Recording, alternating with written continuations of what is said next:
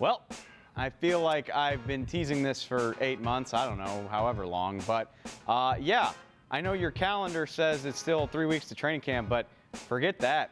The trucks are loading up like 50 feet away. It is time for Dallas Cowboys 2019 training camp. I'm David Helman. Thanks for joining me. This is Ask the Boys. You know what it is if you're watching it. We're presented by Rico's. If you don't think I packed that, you're absolutely nuts.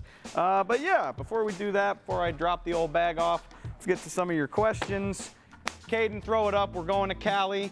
Surf's up. All that good stuff. In reality, we're talking 17 days of Cowboys pandemonium. It's going to be awesome. Football season is here. I don't care what the calendar and the thermometer say. Your questions, anyway. Let's get down to brass tacks. Let's solve the people's problems. Michael says, I'm taking my son to camp. One of the days that you're out there, is there a day of the week with the most action and the most vets? Is there a day to avoid? First of all, that's awesome. Way to go. Father-son bonding time. Way to go, Michael. First of all, you'll be shocked to know, like, Jason Garrett doesn't really care about what the fans are doing in regard to how he rotates his veterans and who takes days off and who gets hurt. It's unfortunate, but it's true. So I can't really offer you a lot of advice there. My advice would be to go on a weekday that the team is practicing, because the crowd will be smaller and you have a better chance of seeing things and getting autographs if that's your bag. I don't know if you're into that, but if you are. My best advice is when you go, there's 2 practice fields in Oxnard. One of them, the one that they're going to use for the majority of the day, has the scissor lifts with the video guys behind the end zone, and that's also where they put the speakers so the guys can listen to music. That's the field you need to watch, because that's where everything's going to happen. So ignore the empty field and go to the field where all the stuff is. That's really the best advice I can give you. Try to go on a weekday if you can, but obviously if you got a job, that makes a lot of sense. Austin says, what kind of role do you see for Tristan Hill? Goodness gracious, we haven't even watched a practice, but he's a rookie. He's a defensive tackle. Rod Marinelli likes to rotate him. I would imagine he's gonna play like 35% of the snaps. I don't think he'll be a starter right off the bat. Maybe he'll be a stud once he starts to play. We certainly didn't expect to see what we saw from Leighton Vander Esch, so anything's possible, but I think he'll probably just be a rotational defensive tackle, if I had to guess. I love this question because I'm terrible at fantasy football, but that doesn't ever stop people from asking me about it.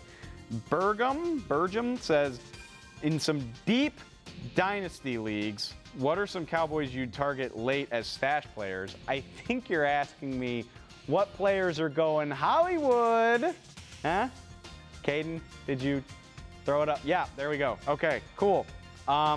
This is bold, by the way. Like, you know, the Cowboys offense, it's very run heavy. He specifically said in the question, like, he's not looking for Cooper, you're not looking for Zeke, but that's what this offense favors. Like, that's what it's all about. I mean, you know, Cole Beasley was a popular sleeper target for so many years and it never really panned out. So I'm reluctant to give you advice.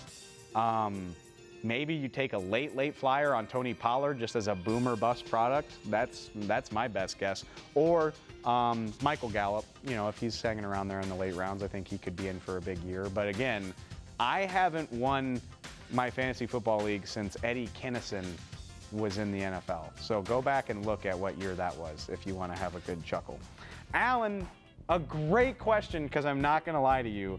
I laughed at this when you asked me. You said, will Jason Witten become the all-time touchdown leader this season? Which sounds preposterous. It's really not. Witten is sitting on 68, the career leader, RIP, Dez Bryant. He's not actually dead. He's just not on the team anymore. He's got 73. So Witten would need 6 to take the lead for himself. He's averaged 5 every year of his career. He had 5 in his last year in 2017. So I'm going to go out on a limb and say, yeah, why not? Sure. He's supposed to be great in the red zone. That's what we all like. We're like, oh, he's going to make the red zone offense so much better. So if he does, then yeah, Jason Witten, all-time Cowboys touchdown leader. Did not expect to say that. My buddy RJ, you know who you are. Real smart alecky question. I got something for you. He says, are you going to wear your 23 LeBron Lakers jersey, or are you going to buy a number 6 LeBron jersey? Because LeBron just had to give his number to Anthony Davis. First of all, you guys like my Hawaiian shirt? Cowboys are going to Hawaii, by the way, this year. Shout out. whoever booked that, because it's awesome. I've never been. Very excited if you can't tell. My Zion jersey's in the mail, okay? As a lifelong and diehard Pelicans fan, I don't have to pretend with this Lakers nonsense anymore. So we'll get to that. The point being, look, I'm packed. Bring your sunscreen, you know.